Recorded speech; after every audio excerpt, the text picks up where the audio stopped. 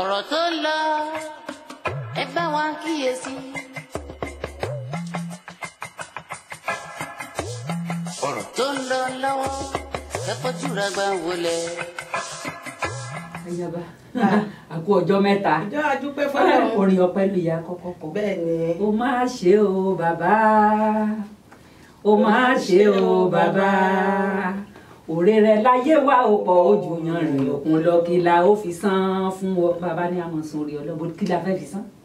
Bó la ti fẹ́ rí i bá a robì kò ń jobi, bá a rorógbó kò ní ìgbà lọ́wọ́. bí wọ́n tẹ́ ká ń dùn. Ó sú mi o, ilé ìbò ikú sí tó sí ilé. Bá a ra sọ bá a gbé fún kòkókó ní ìgbà lọ́wọ́ wa. Ọpẹ́ yìí náà làá mọ̀ ọdún lọ́wọ́ ọlọ́mọ wa. Àdúpẹ́ àtúpàdé láyọ̀ àtàlàáfíà. Àmọ́ pẹ́yìn tó ń wò wá nù ilé náà ẹ̀yìn náà ti ń bá wa dúpẹ́. Ẹ kú ọjọ́ mẹ́ta bó bá ti pẹ́ ta ti ríra ẹni gbẹ̀yìn. ẹ kú àti náà là á kíra ẹni. Ẹ kú ọjọ́ mẹ́ta o, ẹ kú déédé ìwòyí o. Ọlọ́run ọba tó ń mú kẹ́ máa rí wa láyọ̀. Táwa náà tínú wa náà ń dùn sí yín nù ilé. Kò ní padà lẹ́yìn gbogbo wa o. Àwa lẹ́ẹ̀ mọ̀ rí, ẹ̀yin là á mọ̀ bá. Gbogbo ìṣe oníkálukú kò ní bí aráyé ní o. Àwa kéré oko délé bó ti wà pẹ́ lájò tó. Ilé làbọ̀ sí ní oko. Àwa kéré oko délé àtọ́jú owó àtèrè láàkó padà sí ìwà láyọ̀ àtàlàáfíà. Ẹ fìdí lága ẹ fàga lédi. Èmi ọmọ yín Pọ́n Roselyn Ìyábọ̀dé bẹ́ẹ̀ pè mí léjìrè ará ìsòkun. Ọ̀rẹ́ mi ó kúkú dáhùn. déédéé ló ṣe. Orí ètò ọ̀rọ̀ tó ń lọ náà là wà. Ọ̀rẹ́ mi gèlè rẹ̀ ìmọ̀ta wa. ó ga jù gèlè yáyàwó. Pákéjì ó lé pákéjì. gèlè yáyàwó ni mo wé. Pákéjì ọkọjà bẹ́ẹ̀ torí ìyá mi tòkatòka ọmọ mi lómi ṣe gírádù. àbí orí kí mo tún ṣọwọ́ báyìí.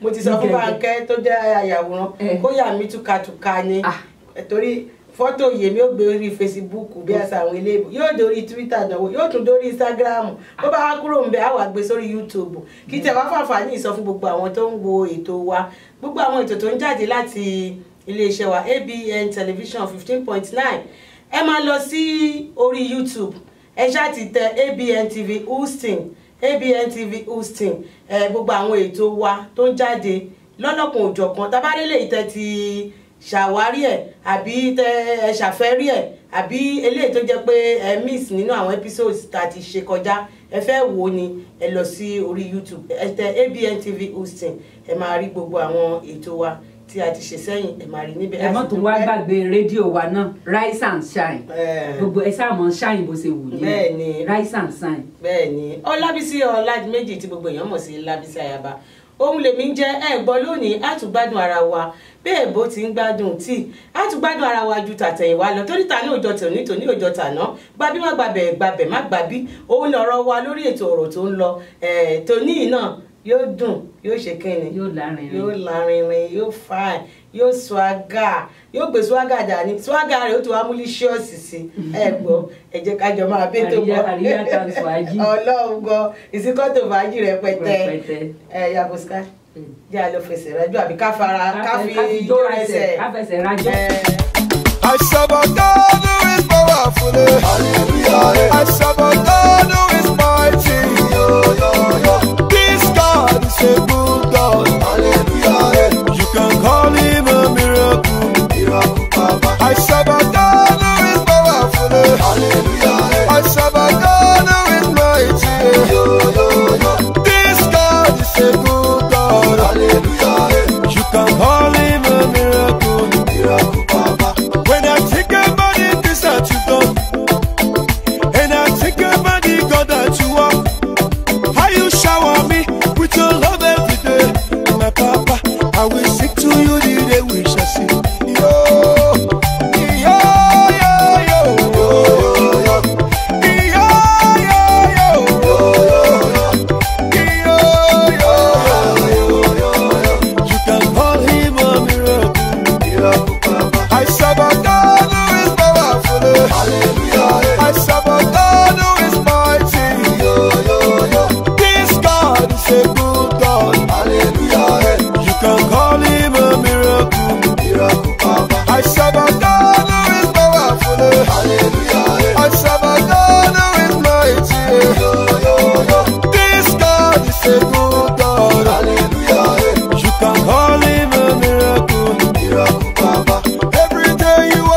precious to me. In everything you were so faithful to me. I see your goodness and my mouth will testify. Papa, I will sing to you the day we shall see. Oh,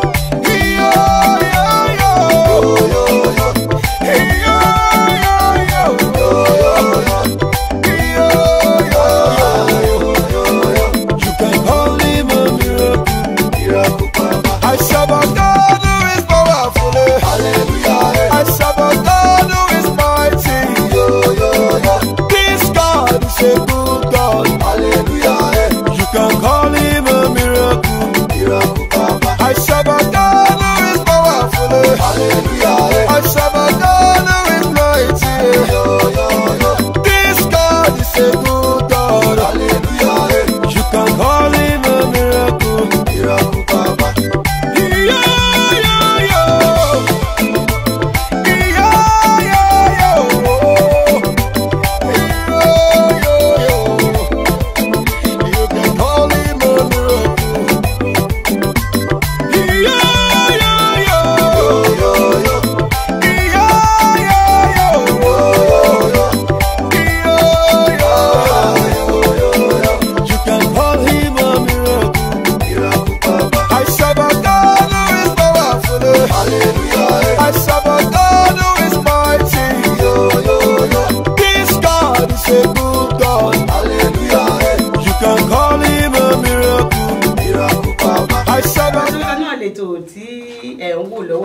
láti ABM 15.9 ní ìlú Houston.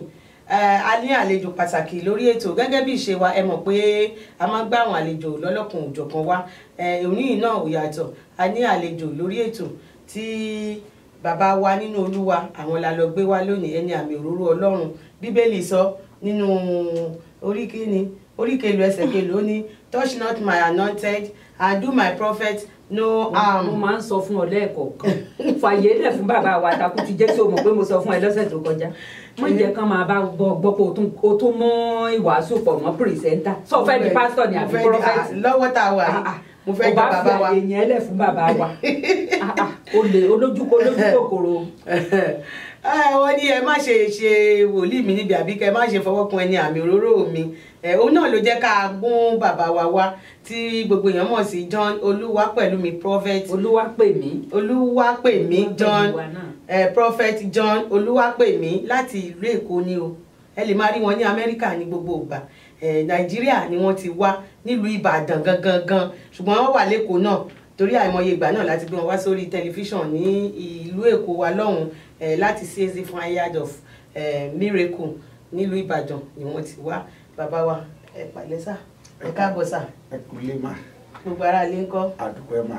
Olúwa yóò ṣagbára dọ̀tun. Àmín. Agbára Ọlọ́run yóò máa bí sí nínú ìrìn àjò yìí. Prógrámù yóò ní kú. Àmín. Yóò máa gbilẹ̀ sí. Àmín. Àánú Ọlọ́run kò ní fi yín sílẹ̀. Àmín. Mo kí gbogbo ẹ̀yà ará ilé ẹ kúlé o. Yóò dára fún yín. Àmín. Bẹ́ẹ̀ náà ni bọ́ọ̀rẹ́ mi ṣe sọ ó ní bàbá wa Olúwapẹ̀mí prophet ni wọ́n o àgbà nínú onígbàgbọ́ ni wọ́n ìlú Nàìjíríà náà ti wá wọ́n mọ̀ ń lọ wọ́n ń bọ̀ ní bọ́n ṣe ń lọ London náà ń lọ Canada Chicago náà wọ́n gbẹ́yìn ń bẹ́.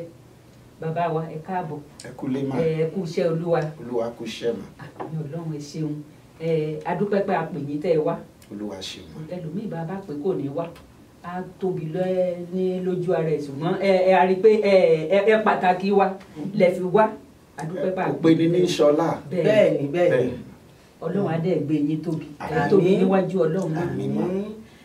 Ìbéèrè tá a fẹ́ bi wọn lọ́lọ́kan òjọ̀kan ìbéèrè ti kúnlẹ̀ rẹpẹtẹ tó ti ń gbé wa nínú. Báwo ni àwọn mọ́mì ńkọ́ ṣàlàáfíà náà wà? Adúpẹ́ mà.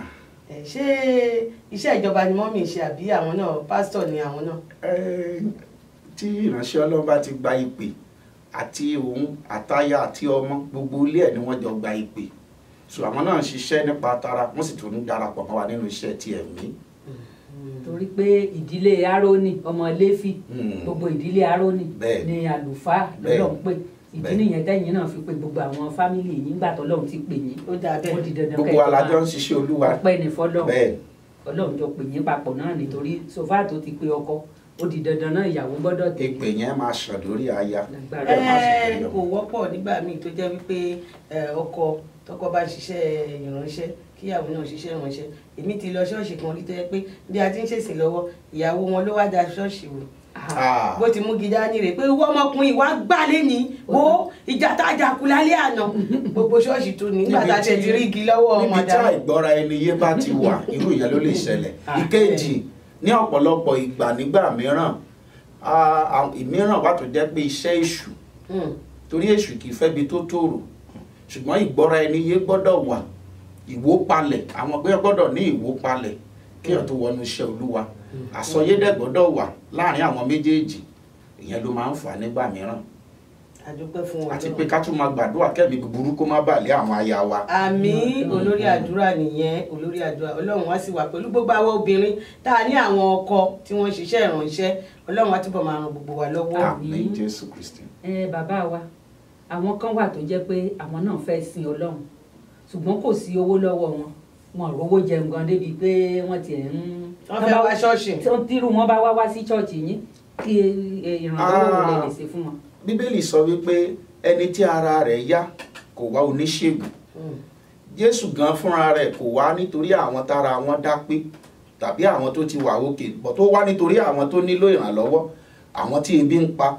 Ó ní ẹ wá sọ́dọ̀ mi ẹ̀yin tó ń ṣiṣẹ́ tàbí tó ń ṣiṣẹ́ tí a dé ẹrù wíwo lé lórí, ó lè mi ó fi sinmi fún ọkàn yín. Ohun tí ìjọ wà fún ni ìgbékalẹ̀ ìjọ nìyẹn, láti bá ìní àwọn èèyàn pàdé. Ẹni tó bá wá láì ní nǹkan tí ó jẹ, ojúṣe ìjọ ni láti pèsè fún àìní wọn, ojúṣe ìjọ ni láti tù wọ́n lára torí pé ìnira ni wọ́n gbé wọ church, wọn ò tún gbọ́dọ̀ gbé ìnira jáde. Ìjọ gbọ́dọ̀ ní ètò pàtàkì fún wọn. Nírú ọ̀dọ̀ wa a ní àwọn ètò tá a máa ń ṣe fún wọn, bóyá lóṣooṣù ni àtìgbàdégbà ni, láti pèsè fún àìní tiwọn náà, láti tọ́jú ìdílé wọn, á fún wọn ní ìpèsè gẹ́gẹ́ bí wọ́n ti bí Ọlọ́run ti ṣètò ẹ̀. Jésù gangan fúnra ẹ̀, Bíbélì nígbà tó wàásù fún ọjọ́ mẹ́ta ó kíyèsí pé àwọn èèyàn yà lè rán wọn lọ lébi wà ní ìjà rẹ́ni tó rí oúnjẹ ń bẹ̀ pọ̀ tó wọ́n rí ọmọkùnrin kan tó ní ìṣù àkàrà àti ẹja wẹ́wẹ́ wọ́n wá bù sí bẹ́ẹ̀ ni pé wọ́n jẹ àjẹyó, èyí tó tún ṣẹ́kù ó jẹ àgbọ̀n 12. ẹni pé Jésù gan fi àpẹẹrẹ lélẹ̀. Ẹ ṣeun bàbá wa. Gẹ́gẹ́ bí àwọn kan tán máa ń lọ sí ilé ìjọsìn kan sí ìkejì, tán bá ti délé ìjọsìn kan wọ́n gbàgbọ́ wípé tí èrò bá ti pọ̀ rẹpẹtẹ nílé ìjọsìn yẹn àwọn ò lè dúró ń bẹ̀ torí chọ́ọ̀chì yẹn èrò pọ̀ púpọ̀ ń bẹ̀, mi ò lè dúró ń bẹ̀, àwọn tó wà ń bẹ̀ bóyá náà ju 20 lọ mi ò lè dúró ń ru chọ́ọ̀chì bẹ́ẹ̀ yẹn. Kí lẹ rí sírú nǹkan bẹ́ẹ̀? ṣé wọ́n ti lé yín ni àbí kí ni nǹkan tẹ rí sírú àwọn tó máa ń ṣerú nǹkan bẹ́ẹ̀? Àbí kí lẹ rí sí pé kérò máa pọ̀ nínú ìjọ káwọn kan máa sọ pé àwọn ò lè dúró jọ́sìn níbẹ̀? Ẹ ṣe olóòtú, ohun tí àṣìṣe àwọn ènìyàn nìyẹn. Bíbélì sọ nínú ìwé mímọ́, nínú ìwé Róòmù ní orí kìíní ẹsẹ̀ 22 ó ní àwọn èèyàn mi ń kú torí wọn kò ní ìmọ̀. Kò sọ pé torí wọn, ó ní wọn ò ní ìmọ̀. Ẹni tí ò bá ti ní ìmọ̀ kò sí ohun tí ó lè ṣe. Kì í ṣe púpọ̀ ní Bíbélì pé Ọlọ́run kì í fi ọ̀pọ̀ jagun. Ọlọ́run kò é lo èrò púpọ̀ láti jagun. Ó ní níbi tí ènìyàn méjì, ẹ wá gbọ́ gbé lóyún yẹn tàbí mẹ́ta, ìyẹn ni pé kò gbọdọ̀ kan pọ̀. Tó bá ti rí èèyàn méjì, ọkọ àtaya, bóyá Ọlọ́run ti fún wọn lọ́mọ, wọ́n ti jẹ́ mẹ́ta. But wọ́n lè má jẹ́ mẹ́ta kó jẹ́ méjì ní wọn, Ọlọ́run ti wà láàrin wọn. Ṣùgbọ́n ìgbàgbọ́ àwọn èèyàn ni pé wọ́n wábi tí ariwo pọ̀, wọ́n wábi tí èrò pọ̀. Ọlọ́run nínú èrò nígbà mìíràn Ọlọ́run kì í ṣiṣẹ́ o, Ọlọ́run ò sí ńbẹ̀. Bẹ́ẹ̀ ni mà, nígbà míì ibi tí èrò bá pọ̀ nígbà míì àwọn èèyàn, kí ni ìpìlẹ̀ ẹbẹ̀ gangan? Ẹ dá pé nígbà mìíràn ibi tá a rò pé kò sí Ọlọ́run yẹn ni Ọlọ́run ti ń ṣiṣẹ́. So ìyẹn níbi sọ pé kí agbo kékeré kó má bẹ̀rù, dídùn nú òun Olúwa ni láti sọ di ńlá àti láti gba ìjọba fún wọn. So nígbà míì àwọn èèyàn máa ń ṣe àṣìṣe pé wọn àtò wọn àdú 15 lọ́nu chọ́ọ̀tì yẹn, wọn ò lè lọ́rù chọ́ọ̀tì tí ò sí èrò ń bẹ̀ yìí, Ọlọ́run wà níbẹ̀. Ìpè tí Ọlọ́run pe olúkúlùkù ọ̀tọ̀ọ̀tọ̀. Ọlọ́run fún ẹlòmíì ní iṣẹ́ ìránṣẹ́ lọ serious boss ní tiẹ̀, yẹn ni yóò gbèrò púpọ̀. Ẹlòmíì dẹ̀ fún ní kọrin iṣẹ́ tí Ọlọ́run fún ẹlòmíì civilian boss ní tiẹ̀ pé mo ò tún gbèrò tó lọ serious. Tẹlòmíì dánfò ní èrò 20 ní 18, tẹlòmíì kẹ̀kẹ́ márúwá ní èrò 5, tẹlòmíì sì ní ọ̀kadà, àwọn 2 péré ni ó wà pẹ̀lú ẹ̀. Bí Jésù oníṣẹ́ gangan àwọn 12 ló wà lọ́dọ̀ ẹ̀, èèyàn 12 nínú àwọn 12 Júdásì tún sọnù kó ní orí ọ̀fẹ́, ó kù 11. Nínú àwọn 11 ẹnìkan tún wà ń bẹ̀ aláìgbàgbọ́ lóhun, ó jẹ́ pé 10 àtàbọ̀ ló ṣẹ́kù kù Jésù olùgbàlà. Ẹ má dẹ̀ gbàgbé àwọn 120 ló wà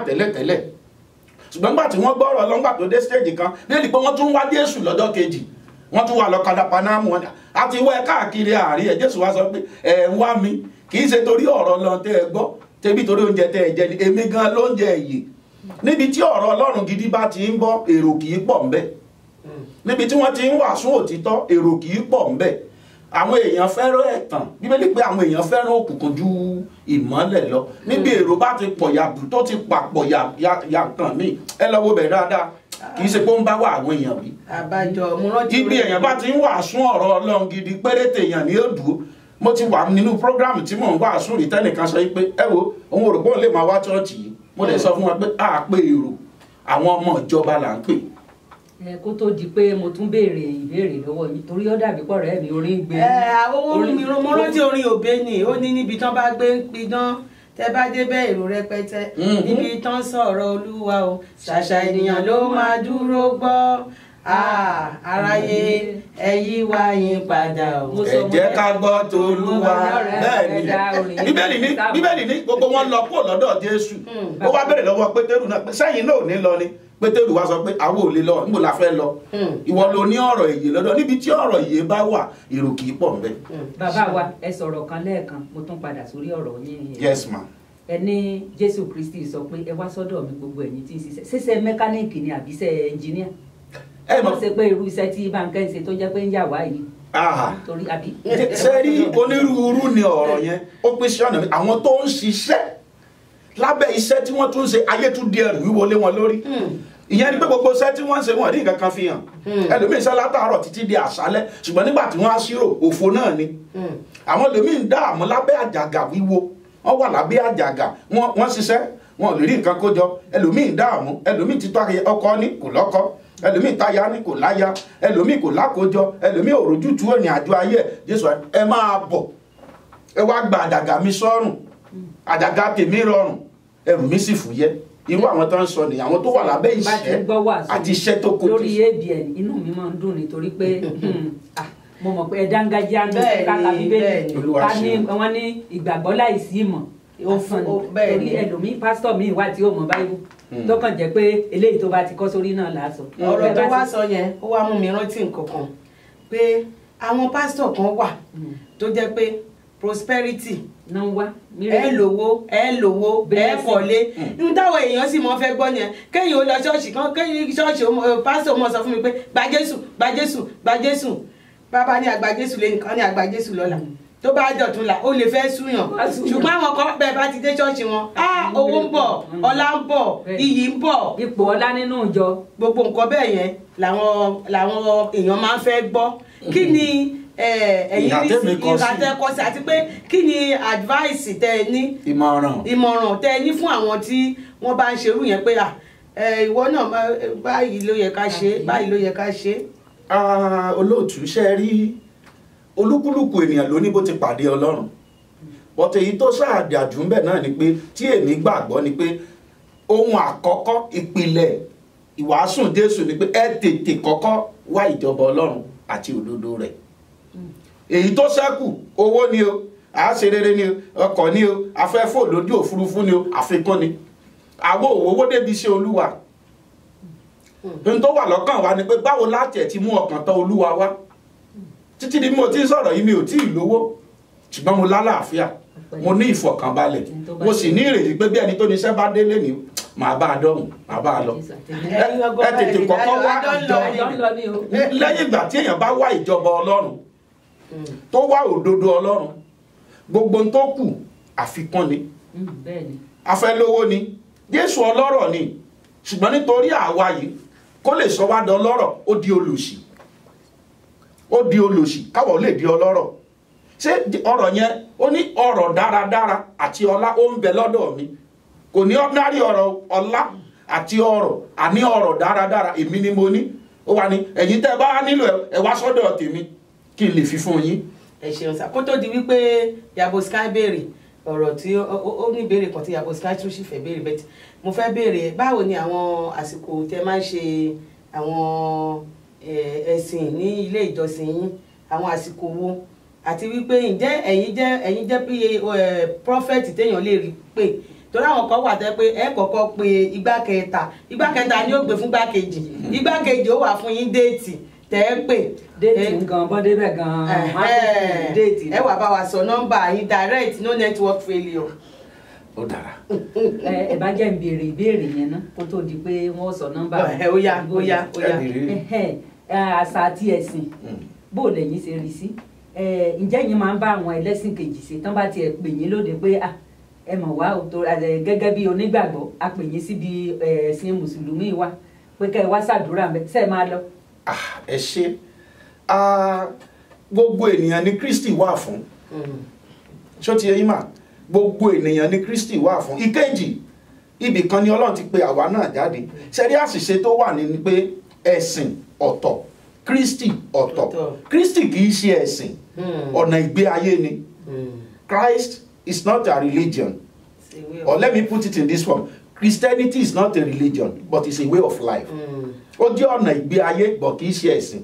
But ọ̀pọ̀lọpọ̀ wa lónìí a ti sọ Kristi di ẹ̀sìn. Kristi kì í ṣe ẹ̀sìn ọ̀nà ìgbé ayé ni.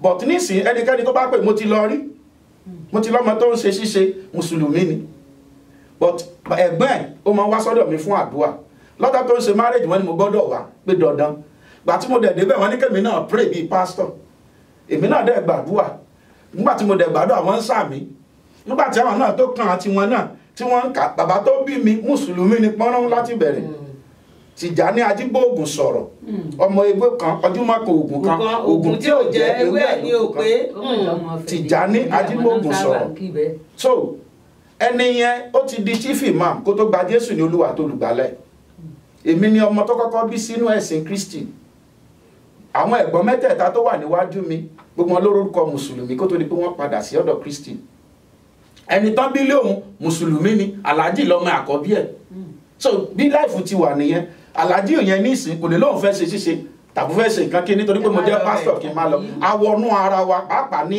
orílẹ̀-èdè Nàìjíríà bóyá ní ìdílé kan lè wà tẹ́ẹ̀nì rí ẹlẹ́sìn Christian níbẹ̀ ẹ̀rẹ̀ ẹlẹ́sìn mùsùlùmí níbẹ̀ torí ìpìlẹ̀ wa nìyẹn so ẹ̀sìn wà lọ́tọ̀ Jésù wà lọ́tọ̀ so a gbọ́dọ̀ mú méjèèjì papọ̀ mọ́ra wọn. àwọn bàbá wa tiẹ̀ máa ń sọ pé Ọlọ́run làwa Yorùbá mọ̀ sí Allah làwọn ọmọ mùsùlùmí torí èdè ó dàbí pé èdè àwọn èdè Lárúbáwá náà fún Sineke àbí làwọn Ìgbò ń pè Ọ̀sánòbùà ṣùgbọ́n orúkọ Ọlọ́run yìí pọ̀ ìkọ́ ṣoṣo dẹ̀ ni àwọn ká ní Bàrí àwọn ká ní Àbàṣì Ọlọ́run tóbi lọ́ba ẹyọ ẹnìkan náà ni wọ́n ń sọ.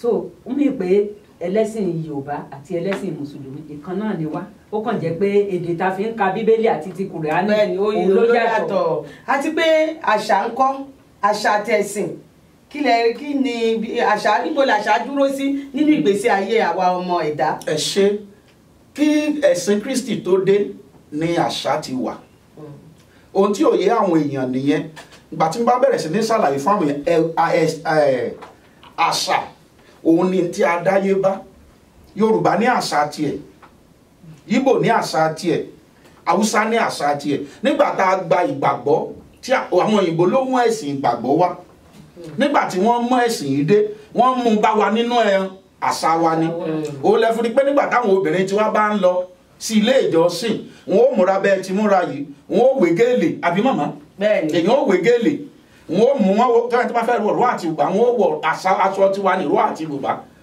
Yíbò ni wọ́n máa ń pa kájà aṣọ àti bẹ́ẹ̀ bẹ́ẹ̀ lọ ṣùgbọ́n nígbà tí ẹ̀sìn Jésù dé tí ẹ̀sìn Kristi dé àṣà yẹn ló mú bá wa ń bẹ̀ bọ̀ nínú ẹ̀ ló ti gbà wọn kankan kú ò ìmọ̀ bóyá ó yé wa mà nínú ìgbéyàwó nínú àṣà àwọn bàbá wa wọ́n lè fẹ́ yàwó 5 wọ́n lè fẹ́ 7 torí wọ́n fi wọ́n ṣiṣẹ́ ni àṣà tí wọ́n nìyẹn ṣùgbọ́n ọ̀tọ̀ ni àṣà ti Bíbélì nígbà tí ẹ̀sìn Kristi dé ló gba àwọn kankan kú ò ìyẹn ni pé tó bá fẹ́ fẹ́ ọkọ yóò mú lọ sórí pẹpẹ ọkọ kan àti aya kan ìyẹn náà ń pè ní àṣà nìyẹn ẹ̀sìn nìyẹn so méjèèjì ò papọ̀ mọ́ra wọn.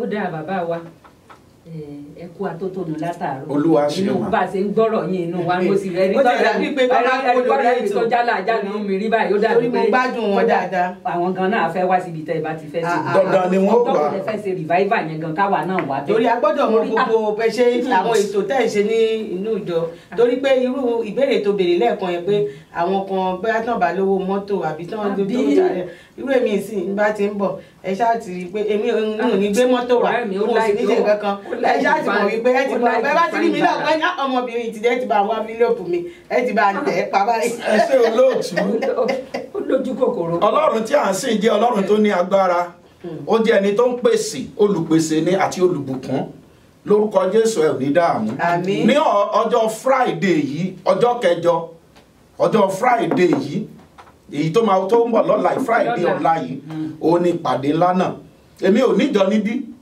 olúwa ló gbé mi pé kí n wá bá ìkúrúsèdì lásán ni àṣálẹ́ kan pẹ̀lú olúwa ohun tí mo wá ṣe ní gbogbo ní lórílẹ̀‐èdè Texas nìyẹn ìsọdí yẹn àṣálẹ́ kan yìí pẹ̀lú olúwa tàbá rẹ̀ ti parí ẹ̀ tán mo tún lọ sí ibùjókòó mi nìyẹn ọ̀la yìí ló máa wáyé ní aago 8 sí aago 12 ní àṣálẹ́ aago 8 sí aago 12 ní àṣálẹ́ wákàtí 4 pẹ̀lú olúwa ní ọ̀la yìí ni ó máa ní agbára ọjọ́ Jímọ̀ báyìí òun náà ni Ọlọ́run fẹ́ dábìrà apẹ́ àkórí rẹ̀ ní ìtúsílẹ̀ ńlá àti iṣẹ́ ìyanu ní orílẹ̀-èdè Houston ó máa lágbára gan ní ọ̀la ó sì máa ní aago níbi tá a ti máa ṣe ní the Rose Garden suite 140B ní lórí Bisonet bẹ́ẹ̀ yẹn ló wà ó máa ní agbára mà. ẹ tún ti sọ káwọn èèyàn gbọ́. the Rose Garden Hotel Hall the Rose Garden Hall suite 140B ní orí Bisonet bí ló wà ó máa lágbára gan ní ọ̀la àwa náà ń gbáradì àmúra sílẹ̀ adẹ̀ẹ́rẹ́ tí ẹ̀yin náà a retí yín lágbára Ọlọ́run ẹ máa rí wa. ogunlọ́gọ̀ àwọn ìránṣẹ́ Ọlọ́run tí ó máa bá wa sí tó máa kún wa lọ́wọ́ ṣiṣẹ́ àwọn náà ti ń dé síbí láti California àti láti orílẹ̀-èdè yìí náà Olúwa yóò ràn yín lọ́wọ́ so gbogbo ènìyàn ni a pè gbogbo ènìyàn ni adẹ̀ẹ́rẹ́ tí ní àṣálẹ́ ọ̀la ó máa lágbára á pè àkórí rẹ̀ ní àṣálẹ́ ẹyọ kan pẹ̀lú Ọlọ́run àṣálẹ́ kan ni Jacob bá Olúwa pàdé tí ìtàn rẹ̀ yàtọ̀ ọjọ́ kan ṣoṣo báyìí ni Joseph bá Ọlọ́run pàdé láti inú túbú ó dénú ààfin mi ò mọ ẹni tó ń là kọjá ní ọ̀la yìí Ọlọ́run yóò pa ọ́ lẹ́rìn Ọlọ́run yóò yẹ̀ ẹ́ lẹ́nu bóyá òun wojú Ọlọ́run fún ọmọ Ọlọ́run ni ọmọ lọ́dọ̀ bóyá òun wojú Ọlọ́run fún iṣẹ́ Ọlọ́run lè ṣe bóyá òun wojú Ọlọ́run fún ìwé ìgbélù Ọlọ́run yóò pèsè Bíbélì ní pé pẹ̀lú Ọlọ́run ohun gbogbo ni ṣíṣe bí Ọlọ́run bá lè ṣe àwọn èèyàn yìí lógo àwọn mọ̀mọ́mọ́ yìí ó lè ṣe tiẹ̀ náà bí Ọlọ́run bá lè fààyè gbà wọ́n lórílẹ̀‐èdè yìí ó lè fààyè gbà wọ́n náà nítorí náà à ń retí rẹ lọ́la Olúwa yóò ràn yín lọ́wọ́ ẹ ó ra àánú gbà ojú kò sì ní tì ní ọ̀la ní ìrọ̀lẹ́ ẹ jẹ́ kí a pàdé aago 8 nípàdé yóò bẹ̀rẹ̀ ẹja kúkú pé àṣálẹ́ yẹn ní AS1 àṣálẹ́ kan AS1 pẹ̀lú Olúwa àṣálẹ́ kan. So a dúpẹ́ fún prophet wa John Olúwapèmí láti ìjọ CAC Vineyard Miracle Vineyard of Miracle tó wà láti ìlú Ìbàdàn ní orílẹ̀-èdè Nàìjíríà àdúpẹ́ Ọlọ́run àtúbọ̀ máa ṣàgbára dọ̀tun ẹ má wàá gbàgbé wọn ni kí a jọ pàdé ní ọ̀la òde yìí ní àṣálẹ́ kan pẹ̀lú Olúwa ní the Rose Garden Hall tó wà ní suite 140B ní the Rose Garden Hall pé ìtúsílẹ̀ ńlá àti iṣẹ́ ìyanu wọn ni ní aago 8 sí aago 12 ó ní àwọn ètò yìí yóò wáyé ẹ jẹ́ ká jọ lọ àdúrà ò ní ṣe tèmi tí ó tí ò bá sì ti ṣe tèmi tí ó ti di dandan gbogbo ìtẹ́tẹ́ tí ń sọ pé ẹ fẹ́ rí wa ẹ fẹ́ tó bá tẹ ẹ pàdé wa ní the Rose Garden Hall ní ọ̀la òde òní ẹ rí mi ẹ rí Yabo Sky níbẹ̀ àwa la ṣíwájú torí pé èmi sì ní àwọn kankan tẹ́mi béèrè lọ́wọ́ Ọlọ́run mi ò sì dé boy top dé ní èdè ilẹ̀ lérí kí ló máa ń pè sá. Promised Land kí ló tún ń pè nínú Bíbélì. ilẹ̀ ìlérí náà Kénáánì. ada fún yín ní èdè Kénáánì tèmi mo sì ń lọ ọbẹ̀ wẹ́rẹ́wẹ́rẹ́ mo sì mọ̀ pé ọ̀la òde òní lèmi ò dé Kénáánì mo ti di ẹrù látijọ́ yìí mo ti rìn mo fẹ́ lọ sí Kénáánì lọ́la ọ̀la ní ìdèbẹ̀ tẹ́yìn náà bá fẹ́ dé Kénáánì yín ẹ jẹ́ ká jọ pàdé ní the Rose Garden Hall suite 140B ní orí Bisonet náà ló wà àṣálẹ́ ọjọ́ kan pẹ̀lú Olúwa wákàtí 4 péré náà ni AS1 Ọlọ́run ò ní ṣe tiwa tì ọ̀rẹ́ mi ká mọ̀ dágbére ká mọ̀ lọlé. àwọn di dandan èmi náà ò dé bẹ́ẹ̀ lọ́la láṣẹ ìwọ tó ń wọ́ ọmọ ìwọ tó jẹ́ pé iṣẹ́ rẹ̀ ò lọ déédéé kó o mọ̀ rò pé torí bàbá wa fẹ́ wàásù ìjọba ọ̀run nìkan bó o bá lówó lọ́wọ́ wá bẹ́ẹ̀ lọ́la wá gba blessing wá gba miracle gbogbo nǹkan tó o bá ń fẹ́ lọ́la sáà ti fẹnu rẹ béèrè ní àṣálẹ́ kan AS1 bàbá wa ẹ kú ìjókòó ẹ bá sorúkọ yín fún àwọn ará ilé lẹ́ẹ̀kan kẹ̀sì sọ ibi tẹ́ ẹ tún ti fẹ́ ṣe. orúkọ mi ni wòlíì Jòhánù Olúwapèmí láti orílẹ̀-èdè Nàìjíríà ní ọ̀la yìí ni a jọ máa pàdé nínú ètò pàtàkì tí a mọ̀ sí àṣálẹ́ kan pẹ̀lú Olúwa ní agbára Ọlọ́run à ń retí gbogbo ènìyàn ní ọ̀la ní agbára Olódùmarè ó máa wáyé ní suite 140B ní orí Bisonet ń bẹ̀ yẹn ní the Rose Garden hall lórúkọ Jésù olùgbàlà yóò dára fún yín ní orílẹ̀-èdè Texas bí ló ti máa wáyé nílùú Houston bí. àdúpẹ́ ẹ fàdúrà kálẹ̀ ṣùgbọ́n ká tó lọ àdúpẹ́ fún gbogbo ẹ̀yin tẹ́ ẹ gbọ́ wa lórí ètò lónìí tẹ́ ẹ sì tó wò wá àdúpẹ́ fún ayàwòrán wa tá a jọ pòpọ̀ tó dùn tó fi kí dáadáa tẹ́ fi gbádùn ẹ̀ àdúpẹ́ fún Bánkẹ́ obìnrin tó ṣiṣẹ́ tí ọkùnrin ṣe bákan náà àdúpẹ́ fún Tọ́pẹ́ tí ó jẹ́ pé aṣọ àwòrán pọ̀ alásopọ̀ àdúpẹ́ tí gbogbo wájú a sì tún dúpẹ́ fún àwọn tó tẹ̀lé òjíṣẹ́ Ọlọ́run wá pé ẹ̀yin náà ẹ gbìyànjú ẹ ń gbé wa live Facebook live ẹ ṣeun lọ́pọ̀lọpọ̀ àtúwá dúpẹ́ fún pásítọ̀ wa ká tó máa lọ ẹ fàdúrà onítọ́sọ torí ẹ̀mí fẹ́ fàdúrà. kódà torí ìsọjí ti bẹ̀rẹ̀ náà. ìsọjí ti bẹ̀rẹ̀ ogun ọ̀run ẹ̀ sọ̀kalẹ̀ ọ̀yà pásọ̀ ọ̀rọ̀ jáde àṣẹ tẹ̀lé. mo gbé ọwọ́ àṣẹ sókè níbi tó ti ń gbóhùn mi tí o sì ti ń wò mí ìrìn àjò tí àwọn tó bí ọ fi wà tó fi ẹgbẹgbẹ̀rún ọjọ́ rìn tí wọ́n fi àìmọye ọdún rìn tí ọwọ́ wọn ò tẹ́ lórúkọ Jésù Olúwa mú ọ débẹ̀ báyìí. Àmín. Ògiri tó dá àwọn aṣíwájú padà lórúkọ Jésù kó ya níwájú ẹ̀. Àmín. Agbára tó lò ní kọjá lórúkọ Jésù kó fọ̀ náà lẹ̀. Àmín. Ènìyàn ìkà àti alágbára tó ní kò fò kò nìṣó lórúkọ Jésù kó fàyè lẹ̀ fún ẹ. Àmín. Ògo Ọlọ́run kó di mímọ̀. Àmín. Ọwọ́ ẹ yóò tẹ́. Àmín. Ó máa lé rere bá. Àmín. Wàá ṣàṣeyọrí. Àmín. Gbogbo tó ń wò lórúkọ Jésù bí òkè lórúkọ Jésù kó di pẹ̀tẹ́lẹ̀. Àmín. Kí ìyanu ṣẹlẹ̀. Àmín. Mo fi àwọn olóòtú àti ètò yìí lé Olúwa lọ́wọ́ Olúwa gbé wọn ró. Àmín. Olúwa kó súre fún yín. Àmín. Ẹ máa ràn bí òrùn. Àmín. Iléeṣẹ́ ABN lórúkọ Jésù máa gbilẹ̀. Àmín. Kí agbára Ọlọ́run di mímọ̀. Àmín. Gbogbo ọkàn tó ń gbé ètò yìí lórúkọ Jésù ẹ lọ ṣe rere. Àmín. Ní ọ̀la ta ó pàdé wà ní ẹ̀rí. Àmín. Ìyanu yóò sì ṣẹlẹ̀. Àmín. Bí o ṣe ń pinnu láti wá lórúkọ Jésù wá wọnú ògo. Àmín. Wà á dẹ̀ tẹ̀síwájú. Àmín. Ó ti rí bẹ́ẹ̀. Àmín. Ìyanu ṣẹlẹ̀. Àmín. Àṣẹ ọ̀run gorí ẹ̀. Àmín. Jésù Kristi Olúwa tó lùgbàlà wa. God bless you. Àmín lórúkọ Jésù.